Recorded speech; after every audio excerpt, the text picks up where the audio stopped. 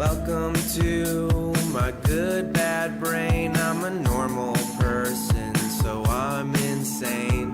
I've got depression and ADHD, but I'm doing better since I medicated me. I'm still not always sure whether I exist or what being a person even really is, but I figured out a long time ago that being alive is beautiful. Oh, yeah. Brain breather time. I'm caffeinated. I smell the incense. I burned incense for a while. I smell the incense. It puts me in a good headspace, as I've established. I've been thinking. I think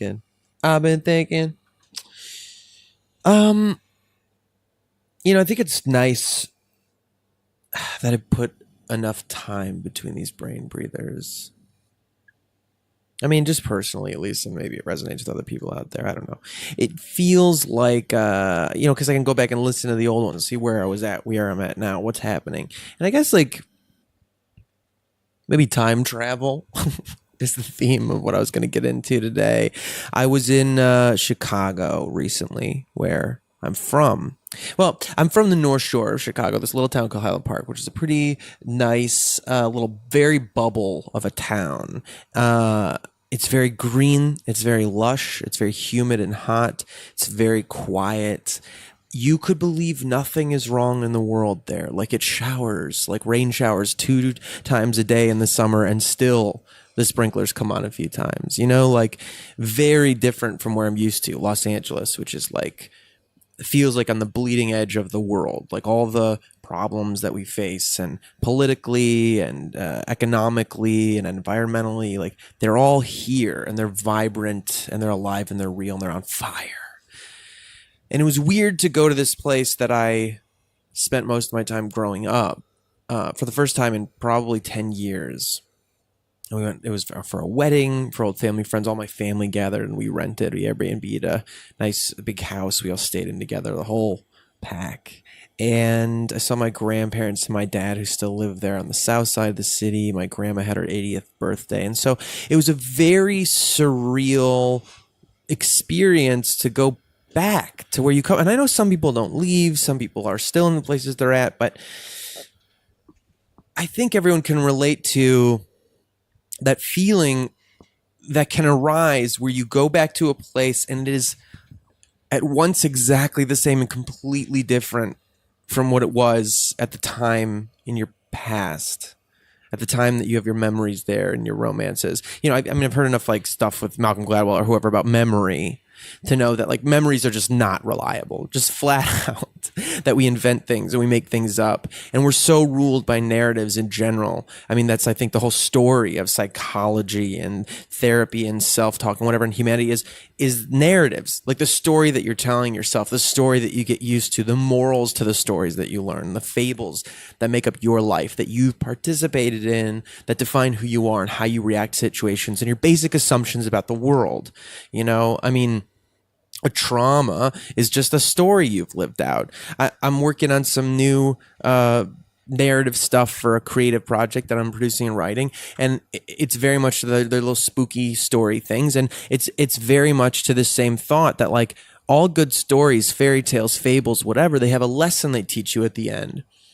And that might seem really obvious to us when it's a story like Little Red Riding Hood or whatever, but we do the same thing with our own lives. And it's weird to go back to the scene of the crime, to go back in time, to go physically to the place and go, this is bigger and smaller at the same time than what I remember. And so I've been thinking a lot about that, and I've been thinking a lot about paradox, the way things are the same but different, the way time works.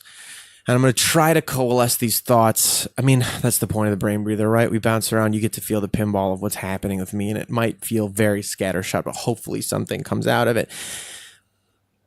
I'm often it's not till after the fact. On the last episode of Adam Bush, we talked about this being a particularly American thing, the ability to deal with a crisis after it happened. And now that you've prepared, now that you've dealt with that crisis, you're ready for the next crisis that's the same as the one that already happened. Unfortunately, it's very rare that we repeat the same crisis. You're trying to use your old tools for the new problem, and that can be challenging. I mean, that sounds bleak. It's not that bleak, right? Because we do encounter some of the same problems, and then the tools that we've developed do help us.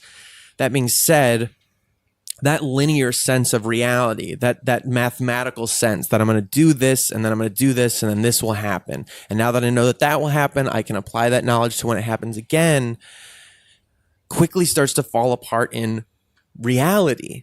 Like when faced with the paradox of, I'm back where I'm from. I know how this place works. I know how it makes me feel. I know how I felt then. My body's probably going to start producing some chemicals and behaviors and things that mimic the way it knows how to understand its reality, the way it knows how to operate under these circumstances. So when I'm back in the place that I grew up, that I haven't been since I was 17 or 18, and so just full of all my problems, so close to them, right? Like our developmental years, those teenage years and those childhood years and those young adult years are so where like we basically accumulate our deepest scars and programmings and things like that.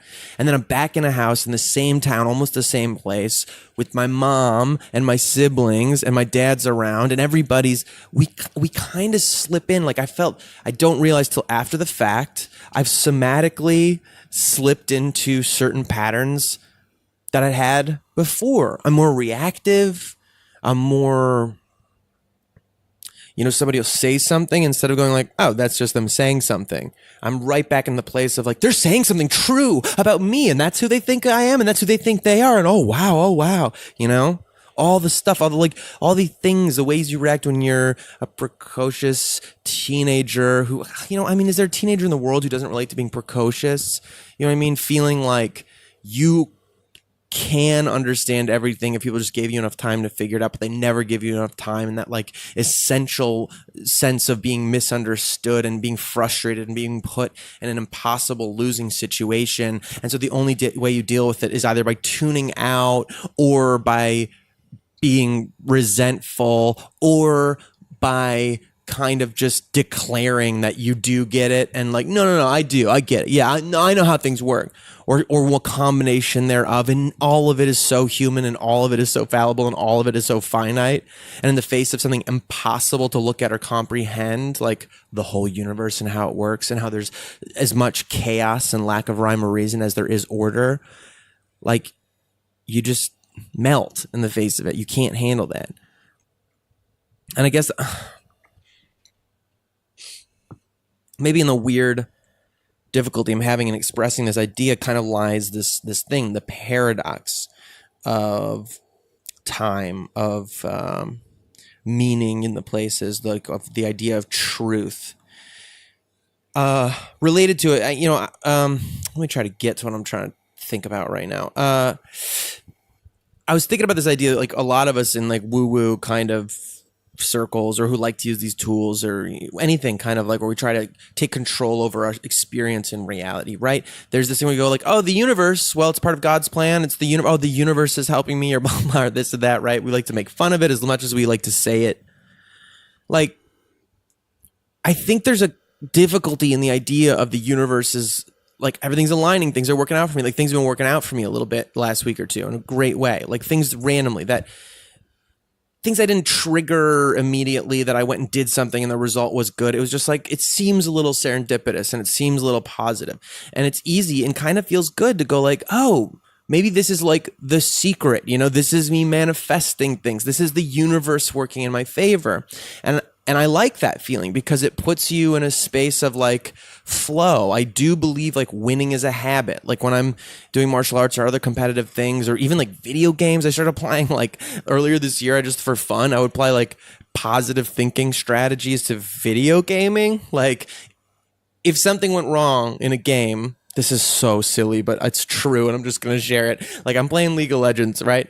And it's so easy in a team game like that to get so angry at your terrible teammates who are making a million mistakes and blah, blah, blah. But I started thinking like, okay, if that's always the problem, right? If I'm always blaming the things and people around me, the circumstances around me, that's a really helpless position to be in. And it doesn't serve me to do that, even if it's true. So let's say, okay, yeah, it's true, but it's useless. What would be useful? What can I change that would make the situation better? And I started trying to use those strategies with video games. So I was like, well, okay, what if I pick a champion that doesn't rely like a character in the game? What if I pick a character in the game that has a tool set that doesn't necessarily rely on other players, that like I have team carry potential? So I do that. I switch to a character that does that and a role that does that. Now, you can't do that in the bot lane, so I'm going to do the jungle. I mean, this is getting really League of Legends inside baseball, but whatever, stick with me. So I'm like, what if I do that? So now I'm picking a role and a champion where at least I have the ability to help others and help myself, and I'm not relying on assistance from other people to necessarily have the best opportunity of winning the game. And then I start thinking, okay, instead of getting mad at my opponents for not following up on a risky call that I make, why don't I make less risky calls? What am I not doing well? How's my gold farming? Am I like staying at a good place? Like, am I doing which translates in real life to like basic daily practices of self-care and doing the diligent work of putting your voice out there and your desires out there and your inputs out there, your capabilities out there, so people start responding to them, right? Am I doing that? And I'd be like, well, no, my CS is pretty bad. I'm not really making enough gold fast enough in the game. I'm not jungling efficiently enough. I got to get that up to speed if I want to start doing better. So I'm like, I take these strategies, and the same thing in jiu-jitsu. Like in jiu-jitsu, I never accepted that like, oh, this guy's too big and strong. He's way better than me. So fuck it, I'm not even going to try. Forget it. Who cares? I'll just tap early. Who gives a shit? Never. When it comes to like fighting, I don't have that bone in my body. I have a humility. If I'm God, I'm God. I'm not going to get broken so that I can, I mean, once in a while, but I'm not going to get broken irreparably so that I can just like have my ego intact. I'll go, oh, you got me. But I fight. I try. No matter how disadvantaged my position is, I don't get wallowing in like what an idiot I was to stay in that, to get myself. I just try to get out of it. I go, okay, this is the reality. Now I'm going to get out of it in the stupid video game. This is the reality. How do I get out of it? And I went on like a crazy winning streak in League of Legends, like by those circumstances earlier this year when I was trying this. And so I'm getting back to this idea of paradox, right? Like best practices. So if the universe is suddenly like working in my favor, and I want that sense of like momentum and winning is a habit vibe, right? Like I'm in a good place. My mental health feels good. I'm getting better physical practice. I'm listening to myself. I'm doing like good. I mean, that can be my practical advice for the week. I've been doing lists every day. I've been doing like a to-do list every morning. And because and I'll do an app about ADD again soon, because learning more about ADHD and stuff, like finding tools to help has been immense. And some of them are so simple, like literally just making a to-do list every day, even if you don't finish everything on it, just in the morning, right? So I'm doing these best practices. And then it feels so helpful to go, the universe is with me. I'm riding this wave. It's good. I'm good. The universe is in my favor. There's a good sense to this. And it kind of helps you move forward, right? It helps you with that flow. I think our good, bad brains, which are fast and smart and capable and like are so willing and helpful in pointing out all of the ways we're wrong and the world's wrong, then can't help but go, well, then I guess that means when shit's fucked up and bad shit happens to you for no reason, the universe isn't in your favor. And I guess that means that you're a piece of shit and you deserve to be in this fucking low tide downswing bullshit. And the universe isn't helping you because why would it? You don't deserve it. You know what I mean? Like if I'm going to give credence to, yes, the universe is helping me, this is good, I'm in a good place, then I have to give credence to when the universe isn't, right? Wrong. And that's what I want to get to today. That's the paradox. That like the idea of something being true, like a mechanism being true. And if we do it here, it must be true over here. Like that there's like a mathematical sense. Things go in order and then this happens. If things are going well and it's helping you and you're saying like, it's helping me, that the universe is helping me, and having this understanding of like, God's on my side, the universe is on my side, I'm in flow, things are good. Then when things are bad, that must be true too. You must be getting punished. Something must be bad. And that makes sense that we think that way because we have a monkey brain that has like this linear way of looking things. It starts here, it goes here. Things happen that cause things to happen. But that isn't true so much of the time. Chaos is real. And we could choose to then go like that. Okay, chaos is real. Nothing matters. So the universe is never on my side, just like the universe is never against me, right? But that's also untrue. Like truth here, and this is the tricky thing because we're living in this time when truth is increasingly important, right? They say fake news all the time, blah, blah. And we do need to have a reality that we agree upon, things that happen, facts that occur that we can, and facts are a thing. Facts are a thing that is like how much sand is on that beach or something, something that you can measure. It might be impossible or difficult to do. But even facts, right? I've talked about that thing, that paradox of measurement. You can look it up like coastlines. Like we measure coastlines. Basically, the smaller the unit of measurement you use, the larger the coastline gets. And so there are coastlines of some countries that are very difficult. Like there's wildly ranging numbers of how long a coastline is. Because if you look at it from way far ahead with like, let's say 50 mile or 100 mile increments, it's very easy. You go, oh, here's the general line of the coast. And that's like how long it is. But if you actually walk up in the squiggly line of around every curve and up and down every curve, it's suddenly like, let's say we took that 50 mile marker down to a mile, suddenly it becomes much longer because you're really measuring every little crevice. So a path that looked like a straight line from the 1,000-foot overview is actually like a very crooked one. So even that, like the facts, like when we get into measurement facts, it's not necessarily reliable. Like the measurement is only as accurate as your tools of measuring, right? So like, what are we supposed to make of this? Because this could be so chaotic. This is so impossible to grasp. And if we want something to be true or not, and this becomes like paradox to me. How do you start using paradox in your life in an effective way, accepting paradox? And for a long time, a thing I've had to do for myself, and then I tell people that I'm close to, I feel like have similar things to me, is like, the first step to being sane is expecting and accepting paradox. Just saying contradictory things exist in the same place at the same time, and that's life. That's real life, I think the important tool for me has become, again, the same as it is with like reactions and feelings and whatever, is self-inquiry. So like in self-inquiry, right? Like I have a big reaction, bad or good or whatever, and it's disruptive to me. I always go, well, why am I feeling this? Why do I think that? Is that true? Do I know that that's true? Why would that be true? Why would that, like, somebody gets mad at you and you feel bad immediately because you're like, oh, I did something bad.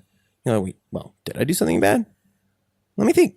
Well, I could see how they would feel that I did something bad, but that seems like their baggage, not mine. I can probably do my best. Or going, yeah, you know what? Even if I didn't mean to do something bad, if I didn't act from a bad place, intention doesn't really matter, right? This whole idea of like entering dialogue and valid experience of parties, like you can go, yeah, so I could see how, like, here's the thing I just want to say as a side note about apologies. I'm trying to get better and better at my life and about trying to be a good person or whatever.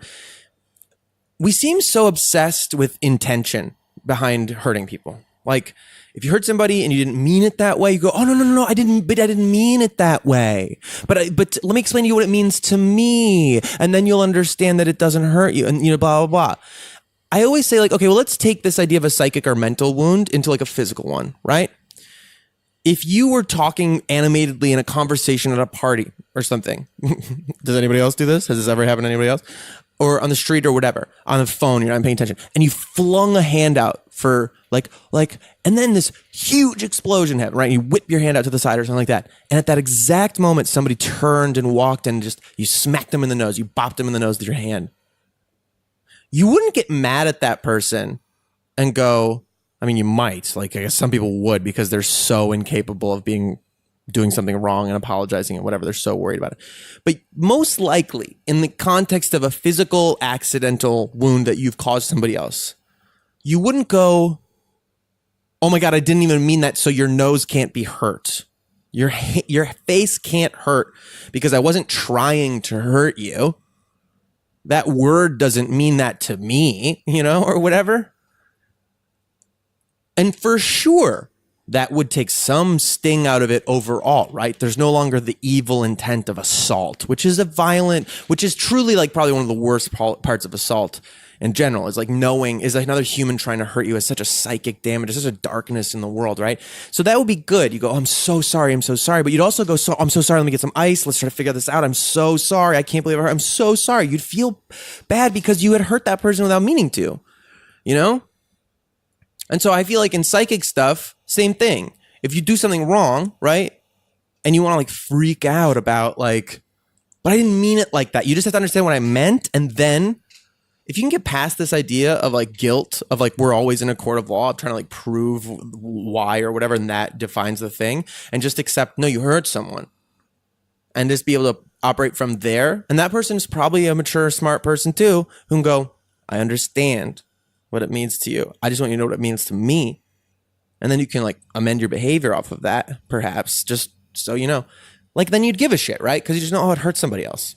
I don't like hurting people by accident. Just like I'm going to try to be more careful about where I fling my arms and behaviors like that can hit somebody in the face in a crowded room of a party or something like that. I want to be careful what I flail around emotionally and intellectually also, you know, because I give a shit. Anyway, the idea that intent sometimes, of course, always matters, but it doesn't matter as much as the harm that you caused, you know? And that comes paradox again too. Well, I wasn't trying to hurt something, but I hurt something, right? Paradox. You accept this. Things don't follow one or the other. And when you can't wrap your head around the idea that like your intent resulted in something else, then you're not going to be able to move forward very well. Anyway, I'm digressing. Let me get back into this thing about paradox, right? So the universe helps me sometimes, and sometimes it doesn't. It must always be true, right? Now, the paradox to me comes the self-inquiry of the same thing. If I'm in a situation where I want something woo-woo that helps me, it doesn't matter if it's crystals or like my horoscope that day, or there's things working out for no reason, it's the manifestation secret or whatever, the universe is on my side now, and that tool helps me, that it helps me create, that's the question. I say, does this serve me or not? Is this helping me or not? Is this a useful tool or not? Just like when I'm playing my dumb video game and I like to rage at people and I can tap on the keyboard and go, this is what you should have done. You're so bad. Watch some fucking videos on the YouTube, blah, blah, blah. Learn how to like run your lane, blah, blah, right? Learn how to follow my cues, blah, blah, blah. I was pinging, blah. Like, does that serve me? And does that serve them? Creating a situation that's totally out of my control, that doesn't help anybody unless like a million other factors fall into place. Like they like go, oh, he's probably has a point, blah, blah, blah. We'll go work on it. We won't work on it and blah, blah. No, and it doesn't help me in the moment in that game. It doesn't help me get out from under some big, strong person who's like going to choke me out by going like, this really isn't fair because we're different weight classes and blah, blah, blah. And you're way better than me. And this really isn't fair because I wasn't taking it seriously before. And now, you know, I wouldn't let you pass if it doesn't serve me. Right? What does serve me is the universe is on my side. There's a way out of this. You know? So if it serves me to go like, damn, I'm feeling momentum. I'm gonna ride this good momentum. I'm doing all my stuff right. I'm doing my self-care right. I'm exercising. I'm eating clean again and paying attention again, which is another thing that went totally off the rails as soon as I'm around family or back in Chicago or whatever. You're just like in this dark vortex of how you used to be, and like your emotions can only be sort of met, these unconscious ancient wounds that are coming back up that like you can't feel with your outside body, but suddenly you're ravenous. Suddenly that demon inside you, that wolf, is screaming that it is so fucking hungry and you better eat the richest, craziest shit all the fucking time because you need to feed it. You gotta feed that fucking demon to keep it happy, because otherwise it's gonna start gnashing. You're gonna have to deal with it. You're gonna have to come out. It's gonna come out and you're gonna start eating other people and yourself. I don't know. That's emotional eating for me. The werewolf. Anyway, you go, does it serve me? And so if I'm in a situation where the universe isn't helping me out, right? Shit's just shitting on me and it's not helpful. And I'm going, well, when it's going well, it's because the universe wants me to do well, and now it's going bad. So I guess that means the universe wants me to do bad because I'm a bad thing and it's done. I'm done. Does that serve you? No, of course not. And since truth is an iffy concept anyway, you have to pick what serves you and what doesn't. I think it's good if you can have a second or a third, like a tertiary level of consciousness that can see all of it cleanly like a robot and go, this is true and also this is true. The universe loves me. Now the universe hates me. That's fine. I can accept this. This is the way things are. Just to keep like, you know, just your computer brain, your robot brain is like, no, I'm smart. I can see reality. I'm not going to start like blocking out reality so I turn into a total maniac. But then I'm going to go on my alpha levels of conscious choosing. I gotta pick the things that help me, that empower me, that give me chances. The same thing we talk about with my good bad brain, right? If I have brain chemicals and I learn about brain chemicals and I learn about trauma and the things that they create in your body and things like that, and I just go, oh, my brain chemicals are a little fucked. That's helpful to know, to try to get my way out of, right? To like try some medication here and there, to start learning about diet or exercise, things that might assist in like my brain chemical production, blah, blah, blah, blah. But it doesn't help me if I use that knowledge to go like, oh, so I'm fucked forever if I don't get a medicine. Like I think to myself, right? Like if an apocalypse happened tomorrow and they stopped making mental health medicine or something like that, and I couldn't take ADD medication anymore and I couldn't take my antidepressant anymore, I'm like, would I just fucking give up? No. I just have to start doing like my best practices harder. I'd really have to watch the sugar that causes inflammation in my body. I'd really have to try to eat more fermented foods more often so my probiotic production is good. So I make enough serotonin, dopamine, and shit in my gut to make my brain happy. I'd really have to make sure I'm staying on my exercise. I'd really have to make sure I'm sleeping like better and better and better. I'd really have to use my list making and all these things that I'm learning to deal with my own brain, right? I wouldn't just go, because it wouldn't serve me to just go, well, it's true. I got a fucked up brain and I'm fucked up because of that without this thing, you know? Because I think a lot of us like, this is the paradox again, that both looking at yourself like a real thing, taking in all of your weaknesses as well as your strengths and taking them seriously and trying to operate from knowledge of their weaknesses, like not having a broken leg and then pretending you don't and going for a marathon or something like that, you know? Like that's important. But it's also important to have a sort of ludicrous sense of fight within you that says like my first martial arts instructor said this thing to me once about fighting.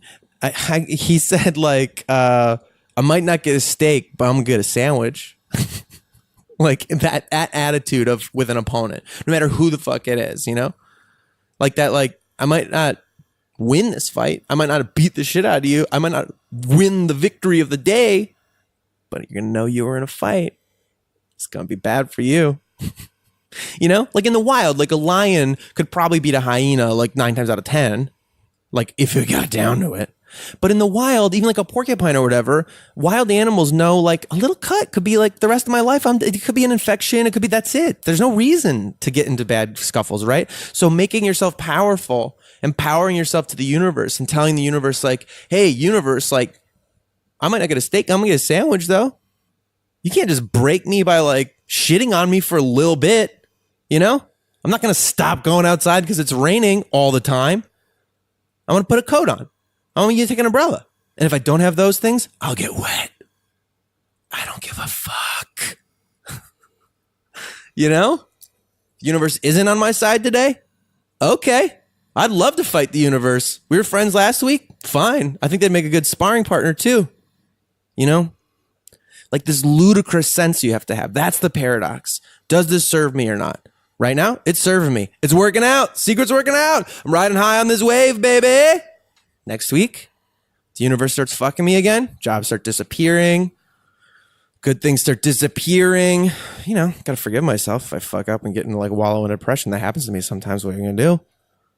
But again, doesn't help you to beat yourself up after that either. Once you realize you're in it, you go, ooh, I'm in this. I'm out of it now. Wish I hadn't been in it. Regret is useful. Shame is useless. That's how I think about it. For a long time, I think people love to go, no regrets, no regrets. You know, like the misspelled version is the way I always like to think of it, like the tattoo that says no regrets. Because like, that's such a silly notion. I loved it when I was a kid. No regrets. I'm living crazy. I'm doing my narrative, wild, adventurous, romantic life. You know what I mean? No regrets. And what happens when you have no regrets? You just fucking do the same shit over and over. And you keep wondering why nothing changes and why you keep ending up miserable, even though you feel like things are getting better. You're trying new things because the flavors change, but the food doesn't. You know what I mean? So shame is useless. We talked about toxic shame in Bring Brave there a couple weeks ago. The idea of like beating yourself up endlessly. I'm such a bad person for all the bad things that I've done and how stupid I am and how I do the same thing over and over. Oh, that wallowing, that corrosive thing, that shame that wants to weigh you down and keep you weak. That thing that we hang on to because Man, I'm going to get to that probably at the very end of this because I've been thinking about that a lot. Like the things I hang on to stay weak and my truly finally going like, whoa, fuck, I might be just afraid of failing if I really try. Anyway, the shame, the corrosive shame, that's useless. You got to get rid of that. Shame, no good, nothing. It's just a wound. It's just a thing to hang on to and go, oh, I'm so bad. I'm so bad. Especially in like a Catholic puritanical world, whatever, where like being bad makes you a good person. I'm so bad. Original sin. I'm so stupid and weak and pathetic. Oh my God, I'm a bad person. That'll like be a signifier and go like, oh, that person's good because they think they're bad. Nah, fuck that. Fuck that shit. But regret you can learn from. Regret's a gift. I didn't like the situation I'm in. I don't like the choices that led me here. I might have had fun doing them. They might have felt cool at the time. I can recognize the purpose they served, just like I can recognize the purpose my demon served in protecting me from a trauma this way or another, or something like that. Or in just trying to understand it, kept acting it out, whatever. I can understand it. I can even say thank you to it. But I'm not going to hang on to it forever. I'm going to use that regret to like try to make different choices. And again, that's the paradox. Doing something bad and saying thank you to it. You know what I mean? Anyway, and that final thing, I guess what I was saying about the shame and like the consistent, this is the learning the same lesson thing over and over and over, right? Is like, you think you finish things. You think I figured that problem out. When I was 11, I decided I wanted to be a brave person. So if something scary was in front of me, I just did it. Okay, so I beat fear. There, I'm done. I'm done with fear at 11 years old. Well, so it becomes easy when it's obvious, right? I'm afraid of jumping off of this dock into this cold water. I'm afraid of going on stage and speaking to these people, blah, blah, blah. That's easy. That's easy fear. What's insidious is when your brain starts telling you you're not afraid. You just start numbing out to things. You're like, oh, no, I'm not afraid. That's not why I'm not doing that. It's just, it doesn't interest me. I don't really care. I don't really care about it. Or no, I'm not afraid. I'm not afraid people won't like I'm not going to be taken seriously and that I'm not good enough. I'm not afraid of that. That's ridiculous. I just know realistically these aren't the things that fit that puzzle. Like this resume is not going to be the right one for that. So I'm not afraid that I'm not enough. I'm not afraid that I'll fail by myself if I try this thing by myself this time instead of with the people that I did it last time. I'm not afraid. You insidiously start realizing that. Oh, and you can really get at it and go like, what is fear? I mean, what is fear about? Like, what is that instinct for? It's to prevent you from getting fucked up. That's what it's for. It's to prevent you from getting a broken leg in the wilderness that you just die from exposure and, a hungry bear comes along and finds you and starts eating you before you die. That's what fear is for. And I think about fear a lot with trying to create new habits because I think the reason it's so hard to break ourselves, even of bad habits, even if a bad habit like makes us unhappy or uncomfortable every day, you'd think, oh, my evolutionary organism would be like, let's get rid of things that make me unhappy. Wrong. Because the only concern of my organism, I mean, again, I'm not a fucking scientist, obviously, but this is just what I have come to believe and recognize and from my layman sort of understanding in myself. My body doesn't care about my comfort. It cares about me being alive. And as far as it knows, stasis is good. If I continue to be alive, whatever I'm doing must be working. And I think the organism is short-sighted. The organism can't go like, well, eating sugar every day is going to shorten your lifespan in hundreds of years. It doesn't care. It just works day to day, right? So day to day, you're staying alive. You're not getting eaten by a bear. You're not falling off of cliffs. You're not drowning. I don't know. So whatever's happening, let's keep that the same. Let's not change everything.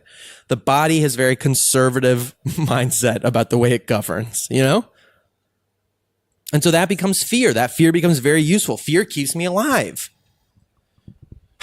That's why it's incumbent on us as beings with bigger ideals than just what the stasis of our organism, right? To do great things, to build great things, to be better than our circumstances, to overcome our weaknesses, to become something different tomorrow than we are today. That's like enormous transformative shit, And we don't have the luxury of a fucking pupa state that like literally turns us into a butterfly. It's all psychological and psychic for us. It's all going to be for us about making choices and then changing. And I'm so attached to that in an important way. I believe so strongly that my choices matter, even in the face of my knowledge about brain chemistry and trauma and patterns and blah, blah, blah, blah, blah, blah, blah. I've seen it physically in myself. I've been able to change my body all different ways. I can gain weight. I can lose weight. I can get stronger. I can get more flexible. I can get weaker. I can get slower. I can get faster. I know I can change these things just with practice and intention. So like that becomes the fear thing too, is being able to get into those different states of sense of self, the third and then fourth and second, whatever, all the levels of consciousness. And then pick which one we're going to move to the front of the pile and go, this is going to be my main fucking drive, my main choices. Yeah, I can see the universe is on my side, but that also means it's against me. Fuck that. Not helpful. The choice I'm making, the universe is with me. I'm with the universe. We're going to ride this wave together. We're going to be like a dolphin flopping over the waves. We're going to be like swimming in the surf and playing and loving life and blah, blah, blah, blah, blah. And all the things are going to flow with us because I am at harmony and with one. Now, when it gets bad, you just figure out how it's useful to use that. I personally am enough of a fucking cishet normative boy. Whatever. The things inside of me are like, I like adversity sometimes. I fucking love it sometimes. I appreciate it sometimes. I like to scream thank you to the thing that's hurting me, and then I like to give it what I got. I like to fucking fight through it sometimes. That doesn't mean I can access that every day. I also love to like wallow in my own fucking shit, you know? Which is another thing that the cishet normative narratives of male exist. The noir sort of hero who's just, yeah, I loved once. I don't think I'll do that again. I prefer to just drink every day and I'm barely getting through. You know what I mean? Until your thing comes along so you can save someone else to save yourself. Blah, blah, blah, blah, blah. Fuck that. Fuck that. I'll be my own femme fatale and my own, babe in the woods. And I'll be my own noir hero. And I'll be my own shining champion who never gives up and never doubts. And I'll also be my own fucking villain. And I'll also be my own seducer. I mean, I can be all those things. And I can pick which story I'm going to write. I think you can too. Man, did I go off, man? I went off. But this is my thing, the paradox thing. I'm going to end with this little, last little thing that helps me, I guess. I just think about this a lot. This is maybe a good little silly anecdotal tool I use. I've heard once, and I've used it in a lot of different things now. It keeps coming back up in terms of identifying if something is a fear that I'm not acknowledging or not, or identifying if something is a pattern that I'm unconsciously persisting instead of dealing with, instead of changing about me, to figure out. It's that old silly thing they say, if you meet 3 assholes in the day, I mean, I'm trying to say something good. I'm trying to wrap it up in a good final setting and I can't say a sentence. Here's try it again. If you meet 3 assholes in a day, you're the asshole. If someone goes God, there's so many pieces of shit out there. This guy got in a fight with me. I got a pissy thing at the DMV, and then I got in this thing in the traffic with this other asshole, and then this other thing at the grocery store, this asshole, or whatever. And this guy at work, I don't like this asshole. Hey, most people don't run into that many assholes that often. You know what I mean? And maybe, it takes 2 to tango, but kind of only takes one bad apple to spoil the bunch. It only takes one asshole to spoil a whole barrel of apples. You know what I mean? Not really. I mean, if you found an asshole in a barrel of apples, you maybe throw out the apples that were touching the asshole, then the rest to be fine. Or honestly, let's carry this metaphor out. If there's one asshole, a literal asshole in a barrel of apples, even the apples touching the asshole are fine. You just gotta wash them off. They're redeemable. You don't. It's not just because that's trauma, right? Just because an asshole was touching your apple doesn't mean that you're an asshole now too. You're just an apple that touched an asshole. It's fine. But if you meet 3 assholes in a day, you're the asshole. And even if that's not true, it serves you to believe it's true. It serves you to go, let me reflect. in all these situations today of conflict that just happened to me mysteriously, was there any way I could have behaved differently? Was I receiving them weirdly or something like that? And, and maybe you'll do that inquiry and find out, no, you really did have a day where you met 3 assholes, and that's fine. But if in your life you're like, fuck, I just can't break this depression or whatever, I can't, I'm not doing, nothing is improving it at all. Like, because I'm being glib about it. Obviously, I've been fucking suicidally in the dumps. I'm not like acting like that's not real, but I do know that I made choices later to make it better. Like that helped make it less likely that I would get attacked by those things. Again, the demons and the ghosts are strong, and I'm using those as metaphors and for also like they're real. I like to think of them as demons and ghosts, but also they're metaphors for a real thing. Your brain shape, your body shape, your chemicals, like those are real things. I'm not fucking taking anything away from that reality. But in our interest of becoming better, what serves us? To believe we just have absolutely no control, or that we can make choices and make changes, So I meet 3 assholes in a day. Does it help me to think like, ooh, if I have the same thing, right? The body chemistry and the brain chemistry keeps creating the same situations for me. Or I keep getting in terrible relationships, or I keep getting relationships with people that don't want commitment. Or I can't get the jobs that I really love. The work is not coming, or whatever the fucking thing is. Like, I think it serves the best to look and go, well, am I changing enough things to try to change the outcome of that equation? Am I if I'm meeting my problem, the problem of my life is full of like asshole problems. Like, am I just the asshole because I won't change my fucking attitude and try some different things? And maybe I accept, I like being an asshole in certain ways. Okay. I'm too tired. I don't like getting up that early. I can't get to the gym early in the morning and knock it out before work. I'm just not going to do it. I feel miserable. I'd rather have the time sleeping. That's enough to me. Fine. You're not going to be one of those 4 a.m. psychos, right? But like, I'm only mentioning that one because I was like looking online and looking at like some of these like actors who are also like big muscly guys like Terry Crews or John Cena or all these people, The Rock, right? They get up like they just knock it out. They do the gym like every fucking day, like 4 a.m. or 6 a.m. or crazy shit like that. And I can recognize that that's dope. I like really appreciate it. I find it inspiring, honestly. I think we all have to have our cornball inspirations from The Rock to Beyonce. Like, they're fucking important to have. But like, maybe I'm not going to do that. And I'm okay with that. And I accept that maybe that's going to mean some different things about my outcome of my life. Fine. Fine. I'm the asshole there. I accept. But I'm not going to sit here and go like, oh, well, nobody has the time for that. How the fuck am I going to ever do? I just don't have the time. I do. I'm just tired and I'm a little lazy and I move slow in the morning. That's how I am. So I don't know. I think that's helpful. Accepting paradox, because then only when you accept paradox can you make ludicrous things, like ludicrous choices to believe in something better. You know what I mean? I accept that there's no bridge over that gorge. There's no way across it.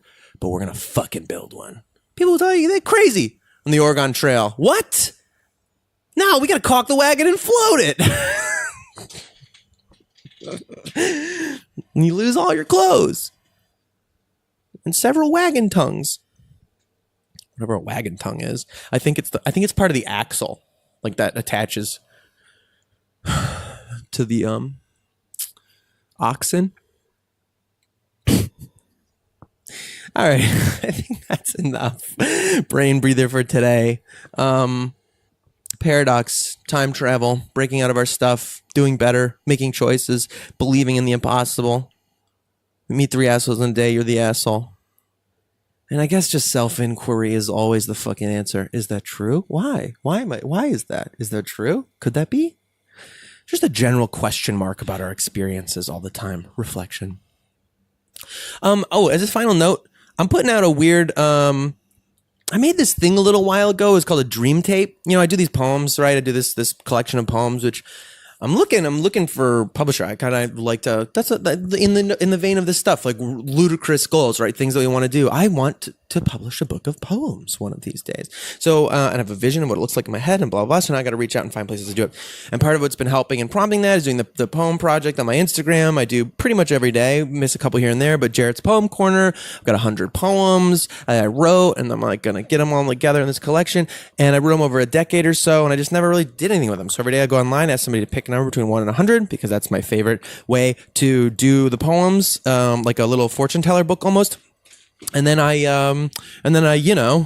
I read that poem. We see what the universe picked, whoever was first in the line. And I'm so sorry if you do submit and I haven't responded to you. I tried for a long time. I would try to respond to everybody, but it started taking more and more time, which I don't always have. And I have a bad tendency to rabbit hole down a small task that this task will only take a minute. This task will only take a minute. This task will only take a minute. And I do 37 of those in a row, and suddenly it's 37 minutes later, and it didn't really take a minute. It took a minute and a half or 2 minutes or 3 minutes, and it's actually hour or something later.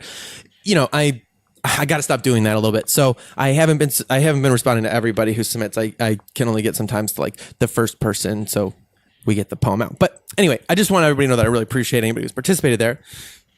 In the vein of that, a while ago, I was putting some of these poems out online in a very small way that a few people found, but not many. And that was all fun and cool, but it was a good experience for me. I started those poems off with a thing I had an idea for. I just made one day called a dream tape. And I kind of explain on the tape what it is. It's me kind of sort of ASMR, and you could use to meditate or to sleep or just to hang out to or get high to or fold laundry to or whatever. It's got some music in it that I created. It's got other music that I created. I created the music with, but also just created solely by who let me use it. My friend Jason Scardamalia, who I think you can just find him on SoundCloud and stuff at Jason Scardamalia. He's going to be on My Good Bad Brain on the podcast too. I don't know if he's still working under the name Clouds with a V instead of a U, or if so I guess it'd be Clouds, but it looks like Clouds or whatever. And there's JS Music. I think it's SoundCloud.com/JS Music JS maybe. These might be, I'll be wrong. I'll try to put some links in the description. Anyway, he put some music in there that he made. He's a wonderful composer and musician himself.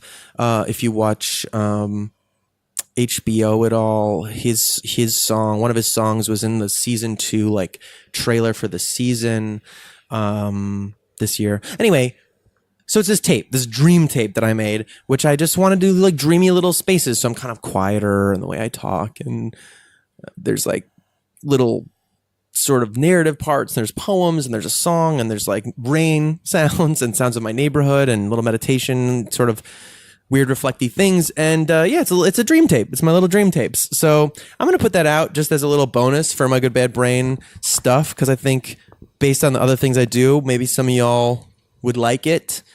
I got a nice message recently from someone totally randomly about it that said that it helps them go to sleep often, and that made me really feel cool and fuzzy and warm. And so I was reminded of that, and I wanted to, re-bring it out. Maybe someone else would like it too. Maybe feel good to be part of that. Also, there was a nice article this week published by Rachel Hall, I believe is her name. She is a writer. Hold on, I'm just going to keep you on the phone while I look it up on the phone. We're not on the phone. While I look up this thing, I'm going to find the link because it was so nice. She made a little review of the podcast for a publication I guess she's interning at. It's let me get there because I'm so good at this. It's called Study Breaks, and I put it on my Twitter. I retweeted it, studybreaks.com. It was a really nice review. It warmed my inside body, which I tried to write on my Twitter. When I read this today, it warmed my inner body, but I wrote wanted by accident, and it said I wanted my inner body, which is maniacal, but I can't, write. But Rachel Hall from Augustana College. Yeah, thank you. It was really nice. So check that out and give that a little read look. It's on my Twitter. And if you like all this stuff, check patreon.com/mygoodbadbrain and like and review stuff. And otherwise you probably are. Jarrett Sleeper on Twitter, Jarrett_Sleeper on Instagram, and then Jarrett Sleeper on Facebook and blah blah blah. This was 48 minutes, baby. This is the longest brain breath yet, baby. I hope this is useful today. Thank you so much. I'll see you guys soon. Love you. Be well. Hydrate. Self-care, etc. All right. Talk to you later. Bye.